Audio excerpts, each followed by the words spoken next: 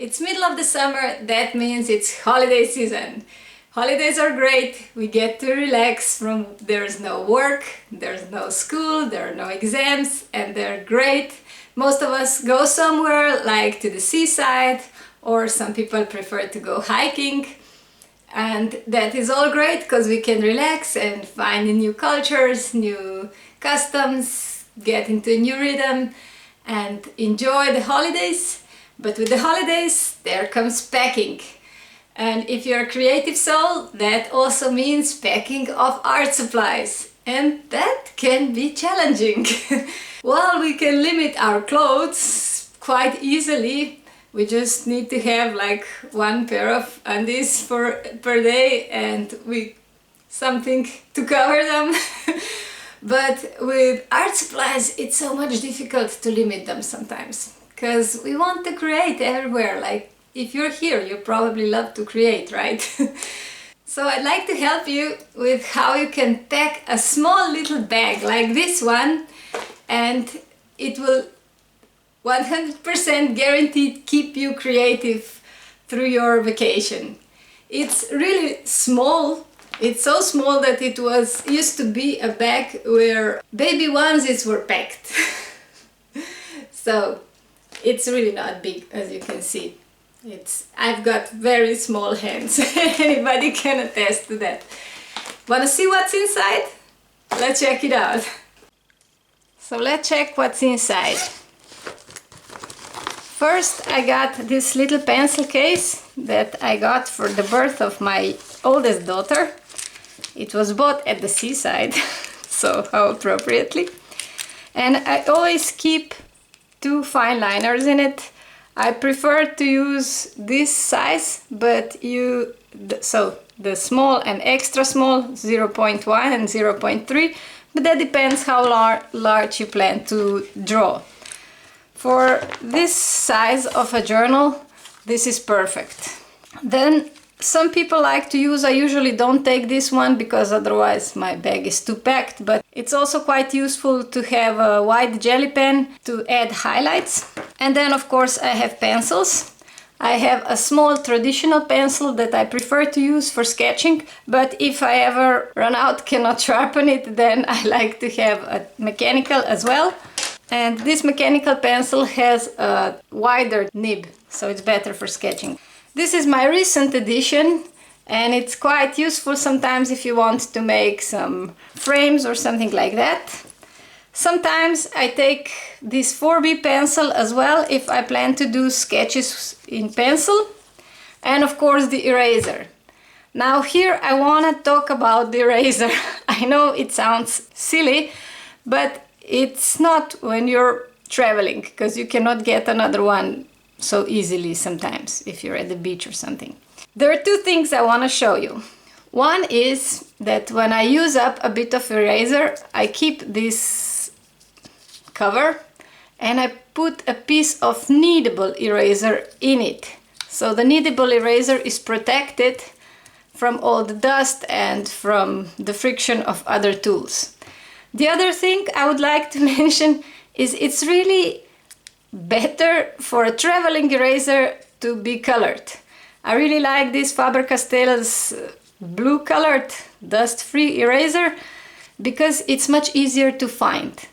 When you're traveling, usually you'll be either at the beach where the sand is white or the stones, pebbles are white, or you will be in some urban sketching setting where usually the ground have some white, and it's much more difficult to find a little piece of white eraser than it is to find the blue one or red one or whatever. So just a tip. And if you're going somewhere windy, this is really handy to keep your journal opened so it doesn't close on you. And also when you paint something and then go for a swim, this can dry in between. You just clip it and leave it. So as you can see, there's quite a lot that can be stored in this little pencil case. But let's move on. We need something to sketch on. We can either take a small sketchbook. This one is A6, that's about 4 by 6 inches or 10 by 15 centimeters. That's approximate measurements. And this works great. You can paint in it, even if it's not made for watercolors, if the paper is thick enough usually, and if you're not laying down a lot of washes, usually it works just fine. But if you plan to do black and white drawings, then by any means it will be perfectly fine. Although some papers will bleed with some fine liners or brush pens if you intend to use it, especially brush pens can be nasty. The other variation is to take loose sheets of paper with you. This is a template that I made so that I know where my thirds are on these cards, and they both work great. The benefit of a small sketchbook is that you can use it as a travel journal, and then you have your whole vacation from planning to the drive to the location, and then all of your days there recorded in one book. And it's really interesting to watch and remember who came when and what happened, what did you do, and so on.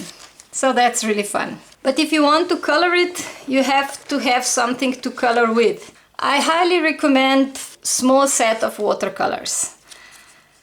I like this traveling set because it's light, but the brand is not so important. I actually even prefer this one from Schminke, but the reason why I take this one on vacation is because it's a little bit lighter. This one is made from tin and this one is from plastic, and for me that makes a difference because I'm not that strong. But also it's much cheaper, so if I ever get this stolen, I wouldn't be so sad if I got this stolen.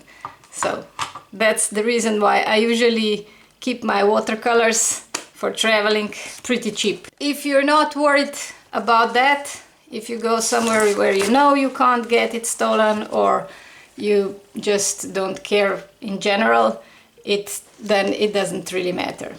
This set also has a brush inside that you can assemble, and then this part, I didn't know what is it for, but it's for raising up this palette, and then you get another surface, another palette if you need it. However, if you're traveling somewhere where the water might not be so accessible, like at the beach, I would highly recommend using these water brush pens. They have different size nibs, and I take a few of them with me just so that I can paint smoothly and easily. Another good idea is to take a small spray bottle.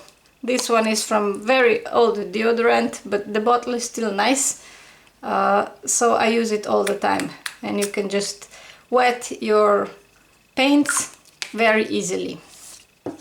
It's also good to have a small piece of paper to test your colors on if you're not so sure about them. And another must is a piece of cotton rag where you will dry your brushes on, and where you will clean them on if they have paint and so on. It's really very useful. And this one used to be a breast pad. I actually got them after I didn't need them anymore, so I just use it for this now. You cannot donate this, so it's a perfect way. And this all goes into one little pouch. The benefit of this pad is also that it acts as a protection. If you're packing this, they're much nicely packed. If they're folded like this, they take less space. If you like this video, I would really appreciate your likes. And even better, I would love to know what you take on your vacations. So write to me in the comments. I'm always on a hunt for new ideas. There are never too many of them, as you know. That's kind of creative mantra, right? So that's it. That's my little art supply bag that I take everywhere, my travel art bag. And as you can see, it is really small. It's not that big. You can take it anywhere. it fits in majority of women's purses as well. It might even fit into a men's pocket, I'm not sure. But I think some men's trousers have pockets that would carry this. But so I hope you package one of these. Whatever you put inside, you don't need to use watercolors. They're just very portable and I love them. That's why I put them in. But you could exchange the watercolors and the rag and the mist bottle and the water brushes for some colored pencils. Or you could use watercolor crayons for this. Or you could use markers. A lot of urban sketchers use markers. So don't be limited to what I showed you here. Take this as an inspiration and grab your supplies, your favorite supplies, and just try to make them fit into one small little bag. Because if you make them fit into one small little bag, you will take it everywhere. You will take it to the beach. As soon as you have a full handbag of art supplies, you know, the thought of dragging it all across the town is kind of off-putting, to say the least. And because you have to remember, if you're traveling somewhere and if you're traveling with other people and if you're traveling with kids especially, you will have to carry other things as well. You will have to carry the water, you will have to carry some snacks, maybe your phone, your wallet, and these things add up. So it's nice to have a small bag of art supplies that you can literally take everywhere, and then whenever you have a few minutes here, a few minutes there, maybe your friends decide to go for a coffee and you all sit in the coffee shop, or maybe your kids just really want to play in that park and you said of course, and you just sit down and sketch something, and that's really great spend of time and it gives you so much creativity without influencing your life in a negative way, like when people would have to wait for you, so you pack everything up again, because the bigger the art bag, you know, the longer it takes to put everything back in. So that's another good idea. And it's good for the beach as well. You will have to carry your bathing suit and your towel and sunscreen and maybe some kids' toy and so on, and water bottle, and you know, we only have just so much real estate in our bags, so it's good to make them cute, small, and that's it. And if you're really pressed for space, you can just take one small little sketchbook like this, a pencil and a fine liner, and you're golden for the day. And when you come home or to the hotel or wherever you call home in your vacation, you can color it then. That's also a good idea. So I hope you make something. I hope you pack for the best vacation of your life. Now we can go somewhere, unlike in the previous years. So I hope you take advantage of that and go see something you really like. Even if it's not far, even if it's not exclusive, even if it's not something fancy, just enjoy what you can afford, what you like, and bring memories home in form of travel journal or something like that, and I'm sure you will enjoy it years to come. Have fun and see you next week with a flip through of one of my travel journals to give you some ideas. What are the things that you can actually journal about? What should you put in? What you can draw? Because you know, we are spending our vacation on a small little island. There's nothing there. There aren't even cars there. So it's not like there would be tons of things happening. But I still have absolutely no problem finding something, at least one interesting thing that happened that day to put in. And usually there are more. And I want to show you how to do that in my next video. Hope to see you next week, and till then, have fun and the best summer. Bye bye!